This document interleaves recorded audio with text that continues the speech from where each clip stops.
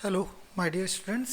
आइए application of differentiation की series में हम कुछ और इम्पोर्टेंट क्वेश्चंस करते हैं, जिसमें कि सबसे पहला और अच्छा एक क्वेश्चन हमने लिया है, find the elasticity of demand with respect to price for the demand function x equal to 8 upon p to the power 3/2। इसमें देखिए लिखा है कि उन्होंने इलास्टिसिटी ऑफ डिमांड पता करना है विद रिस्पेक्ट टू प्राइस। तो आपको ये पता होना चाहिए इलास्टिसिटी ऑफ डिमांड का फार्मूला क्या होता है। तो हम पहले जान चुके हैं कि P बाई एक्स और D x upon d P होता है, लेकिन क्वेश्चन में कह रहे हैं कि इलास्टिसिटी ऑफ डिमांड बताओ विद रिस्पेक्ट टू प्राइस के टर्म में। तो प्राइस के टर्म में क्या मतलब, इस पूरी क्वेश्चन में x को हमें गायब करना होगा। तो सबसे पहले तो हमें जो दे रखा है that is demand function x is equal to 8 और p की पावर -3/2। ये डिनोमिनेटर में जो पावर है वो न्यूमरेटर में जाएगी, तो p टू द पावर -3/2 हो जाएगा। अब हम इसे डिफ्रेंशिएट कर लें तो dx अपॉन डी, क्योंकि उन्होंने खुद ही कह दिया प्राइस के रिस्पेक्ट में, तो 8 और सिंपल सा डिफ्रेंशिएशन है 3/2 p टू द पावर -3/2 -1। इसके साथ कैंसिल हो गया, दैट इज 4 माइनस का 12 आया और p टू द पावर -5/2, और इसको ले सकते हैं 12 upon p to the power 5/2। तो ये हमारा dx अपॉन डी आ गया।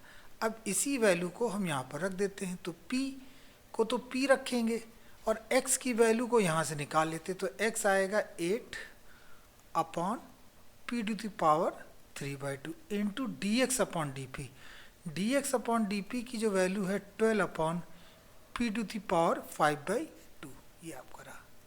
ठीक है, अब ये माइनस कैंसिल हो गया, दो जो माइनस के साइन थे वो हमने यहाँ पर कैंसिल कर दिए, और अब देखिए, अब यहाँ पर इसे हम सॉल्व करेंगे तो देखिए कैसे हम सॉल्व करेंगे। ये p हमने लिखा, ये p जो है, एक तो p ये है और एक ये p की पावर एक सेकंड बच्चों, हमें यहाँ पर ऐसे लिखना है, p हमने लिखा into 12 upon 8 into p to the power 5/2, और ये p पलट के ऊपर चला जाएगा। या हम इसको अपॉन भी रख के कोई दिक्कत नहीं है, तो यहाँ हम लिख सकते हैं p की पावर 3/2। अब देखिए कैलकुलेशन में, अब हमने लिखा 12p अपॉन 8 है, और इसको हम सब्ट्रैक्ट कर सकते हैं, p की पावर 5/2 -3/2, और कुल मिला के ये 12 आएगा, p आया, नीचे 8 है, जब इसे सब्ट्रैक्ट करेंगे तो केवल यहाँ p मिलेगा, p सॉल्व हो गया, और 12 अपॉन 8 मतलब 4। इसको सॉल्व कर लेते हैं, तो इसको सॉल्व करने पे जो मिलेगा हमें 3/2। तो आप देख सकते हैं इलास्टिसिटी ऑफ डिमांड ऐसे लिखो या ऐसे लिखो, ये होता है 3/2। इस क्वेश्चन में इसका आंसर बच्चों ये आया आपका 3/2। आई होप क्वेश्चन बहुत ही अच्छा था और आपको समझ में आया होगा। आइए एक और क्वेश्चन लेते हैं, क्वेश्चन नंबर 2।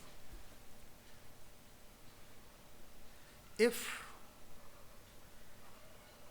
आज की सीरीज में मैं छोटे छोटे क्वेश्चंस ले रहा हूँ, जिससे कि आप और अच्छी तरह से समझ सकें। हालांकि ये भी अपनी जगह पर, और ये हो सकता है ये क्वेश्चंस यूनिट टेस्ट में पूछे जाएं, जो भी आपका जब होगा एज पर schedule of x will be, sorry भी नहीं है यहाँ पर, will the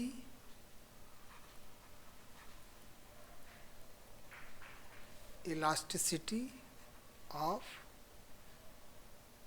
demand be unitary, ये क्वेश्चन है हमारा। ठीक है, ये क्वेश्चन है, तो इसकी मदद से हम सॉल्व करते हैं। एक एक क्या आता है। तो देखिए इधर डिमांड फंक्शन दे रखा है p is equal to 4 minus 5x।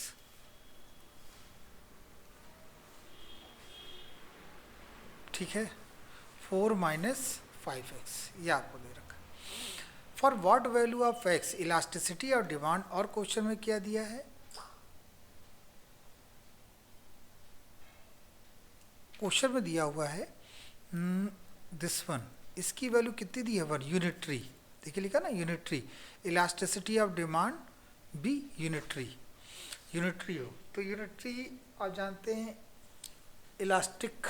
Elasticity of demand है जिसकी वैल्यू कितनी दे रखी है 1।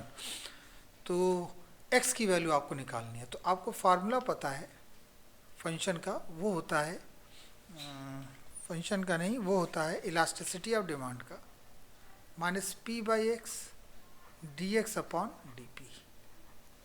तो जैसा क्वेश्चन में दे रखा है हम उसी को सॉल्व कर, चूँकि आपको यहाँ क्या चाहिए x चाहिए, तो आपका ये जो फंक्शन होना चाहिए ये पूरा किस में होना चाहिए x के टर्म में।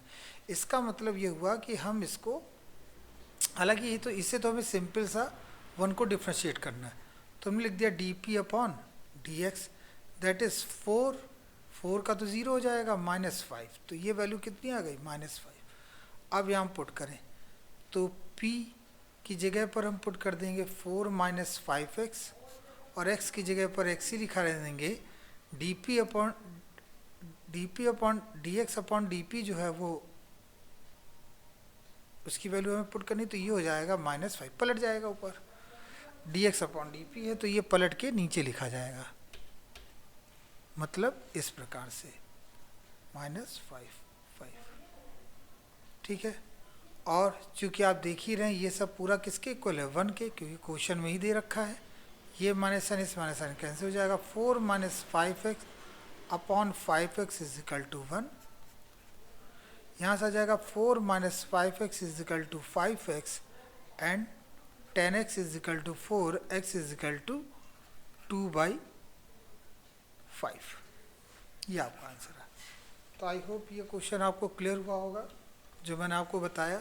इस क्वेश्चन में मैंने 2 क्वेश्चंस लिए, दोनों इलास्टिसिटी ऑफ डिमांड पर थे, जिसमें पहले पार्ट में तो पूछा गया था, उसमें भी थोड़ी सी एक चीज़ थी जो हमने यहाँ पर डिस्कस की, और सेकंड पार्ट में आपको x की वैल्यू निकालनी थी जबकि डिमांड क्या हो यूनिटरी हो।